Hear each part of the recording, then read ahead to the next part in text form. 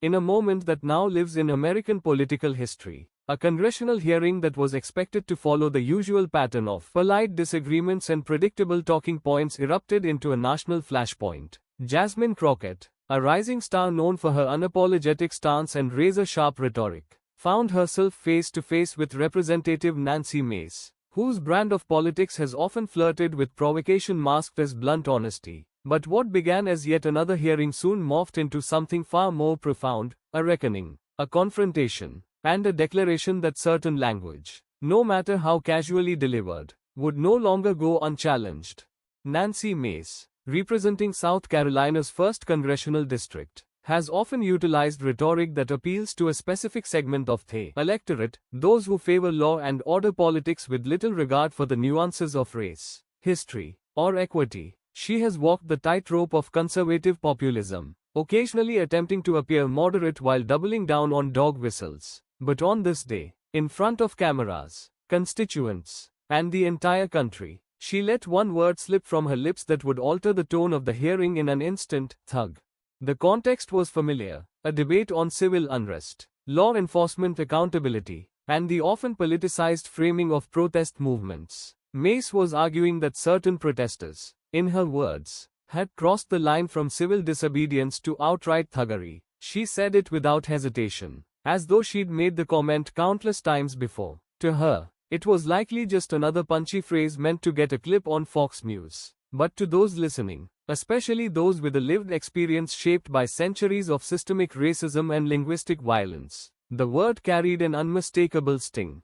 Jasmine Crockett didn't immediately respond. For a moment, the room seemed to freeze. She stared across the chamber, unblinking, not because she didn't have a response, but because she knew what was coming had to be precise. She knew that what she said next would not only define her role in that room, but would send a message to millions of Americans who've had to swallow that word in silence. Then she spoke. "Let me be very clear, Congresswoman," Crockett began, her voice unwavering and her eyes locked on Mace. "When you use the word thug, you are not speaking in neutral terms." The room stirred, even among her political adversaries. There was a sense that something significant was happening. Crockett continued, her voice rising but never faltering. "Do you know what that word means to the communities I represent? Do you understand the pain it carries? It's not just a descriptor, it's a verdict. It's a death sentence. It's the language that has excused knees on necks, bullets in backs, and justice denied." Mace, visibly taken aback, attempted to cut in. "That's not what I meant. You're twisting my words. I was talking about violent acts, not race." But Crockett wasn't interested in allowing the moment to be watered down by weak disclaimers. She pressed on, saying, "Intent doesn't erase impact. You may not have meant it racially, but it landed that way, and that matters. Especially when it comes from someone sitting in this chamber with legislative power." Social media ignited in real time. Hashtags like #thug is a racist code and #Jasmine Crockett truth began trending. Memes of Crockett's fierce expression and direct words circulated across TikTok, Instagram, and Twitter. Commentary poured in from all corners: journalists, activists, scholars, and even entertainers applauding Crockett for saying what so many had felt for so long.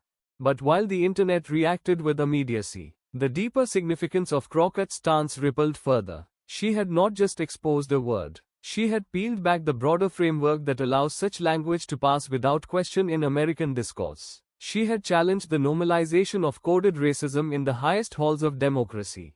Crockett didn't stop at just calling out the word. She used her platform to outline the systemic consequences of such language. Words like thug are not thrown at white perpetrators, she said. They're not applied to January 6th rioters. They're not used when white students riot after football games. They're reserved for one group of people, and that tells us everything.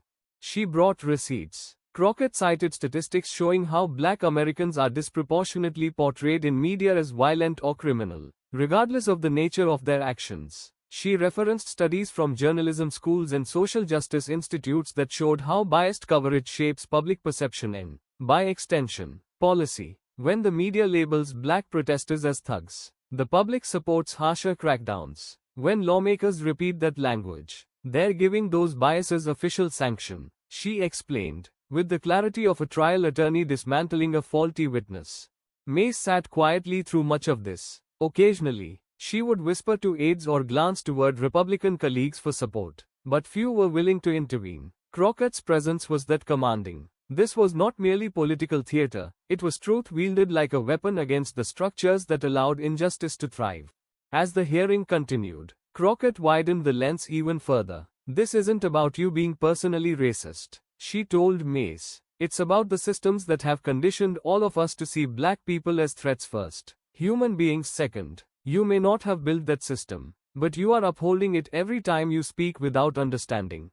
She referenced Trayvon Martin, Michael Brown, Tamir Rice, names that still ache in the American consciousness. She pointed out how in each of those cases, the victims were posthumously labeled troubled, or aggressive, or thugs, in ways that seemed designed to justify their deaths. She even noted how politicians and pundits questioned the behavior of black victims more than they questioned the actions of their killers.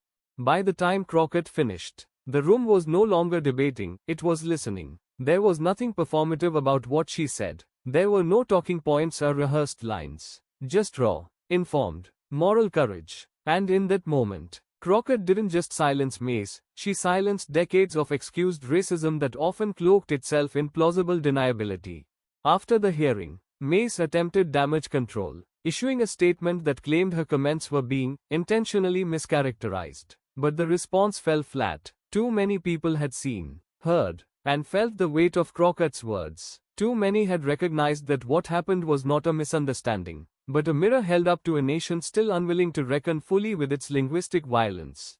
Crockett's staff later reported an overwhelming flood of calls, emails, and messages of support from civil rights leaders, faith communities, students, and ordinary citizens. Many said they had never felt so seen in a congressional hearing. Others thanked her for making them proud, for standing tall in a room where so many others had once shrunk. But Crockett herself wasn't celebrating. In interviews following the event, she made it clear that while the moment was important, the movement had to continue. We can't allow this to be a viral clip and nothing more. She told a journalist, we have to keep challenging the narratives, rewriting the language, and replacing power with justice. She also highlighted how language connects to policy. When black communities are framed as dangerous, they receive fewer investments. When youth are labeled as thugs, they are punished more harshly by courts. When leaders use coded language, it influences the laws they write, the budgets they pass, and the violence they excuse. Jasmine Crockett had thrown down a gauntlet not only to Nancy Mace, but to the entire American establishment. She had declared that dog whistles would no longer pass unnoticed, that silence in the face of disrespect was no longer an option, and most importantly, she had done so with dignity, clarity, and righteous anger, not performative outrage, but the kind born from centuries of struggle. Her explosion, as many dubbed it, wasn't a loss of control, it was the very definition of controlled fury. It was a demonstration of what it means to lead with both heart and intellect. It was a refusal to let the comfortable lie survive another day. And in that sense, it wasn't just a political moment, it was a cultural milestone. As the days went on, more and more lawmakers, particularly women of color, began to echo her language, her stance, her courage. Crockett had lit a torch, and others were grabbing hold. In a Congress so often ruled by compromise and calculated diplomacy, she had introduced a new standard: speak the truth, even when it burns, especially when it burns. And the American public responded. Petition drives began urging congressional committees to adopt stronger anti-racism language codes. Civic groups began hosting workshops unpacking the power of coded speech. Schools began integrating the clip into lessons on media literacy and history. Crockett hadn't just changed the tone of one conversation, she had shifted the center of gravity for a nation still searching for its conscience. If there is one thing to take away from that hearing, it is this: words matter. They always have, and they always will. And when wielded irresponsibly by those in power, they do damage. But when wielded righteously, like Jasmine Crockett did, they can heal, educate, and transform. So, if you believe in that power, in the idea that truth is not only necessary but non-negotiable, make sure you stay tuned. Like this video, share it with others, and subscribe to our channel. This isn't just a recap of what happened, it's a rallying cry for what must happen next. Because voices like Jasmine Crockett's are not just speaking, they're leading. And we're all better for it.